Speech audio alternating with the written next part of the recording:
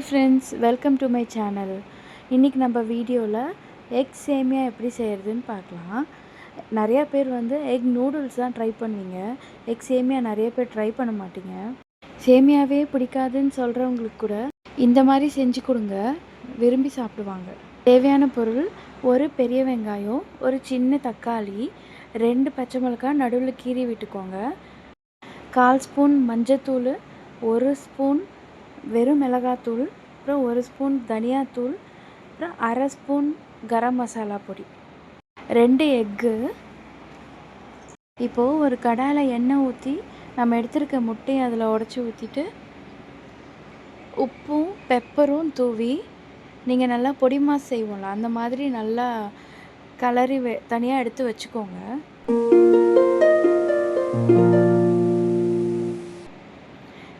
இப்போது ஒரு கடாயில் எண்ணெய் ஊற்றி கடுகு உளுந்து போட்டு அது நல்லா பொரிஞ்சதும் நம்ம கட் பண்ணி வச்சுருக்க பச்சை மிளகாய் அதில் சேர்த்து நல்லா வதக்கி விட்டுருங்க. அப்புறம் நறுக்கி வச்சுருக்க அந்த ஆனியனையும் அதில் போட்டு நல்லா வதக்கிட்டு, அது நல்லா கொஞ்சம் வதங்கினதுக்கப்புறமா நம்ம கட் பண்ணி வச்சுருக்க அந்த தக்காளியும் போட்டு நல்லா வதக்கிடுங்க.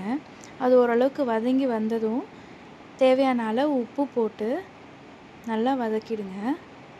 அப்புறம் நம்ம எடுத்து வச்சுருக்க அந்த மசாலா அதையும் இதில் சேர்த்து நல்லா வதக்கணும்.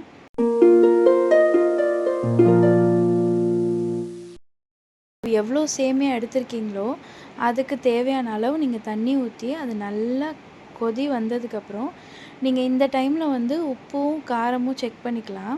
இன்கேஸ் காரம் கம்மியாக இருந்ததுன்னா நீங்கள் மிளகுத்தூள் போட்டுக்கோங்க. அப்புறமா கழுவி வச்சுருக்க கொத்தமல்லியும் புதினாவும் போட்டு நல்லா மிக்ஸ் பண்ணிக்கோங்க.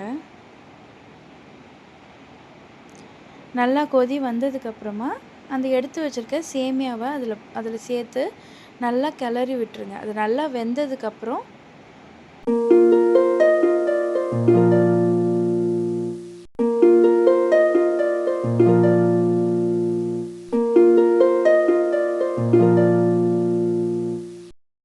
அதில் நம்ம ரெடி பண்ணி வச்சுருக்க அந்த எக்கை இதில் ஆட் பண்ணிக்கோங்க. ஆட் பண்ணி நல்லா மிக்ஸ் பண்ணி விட்டுருங்க.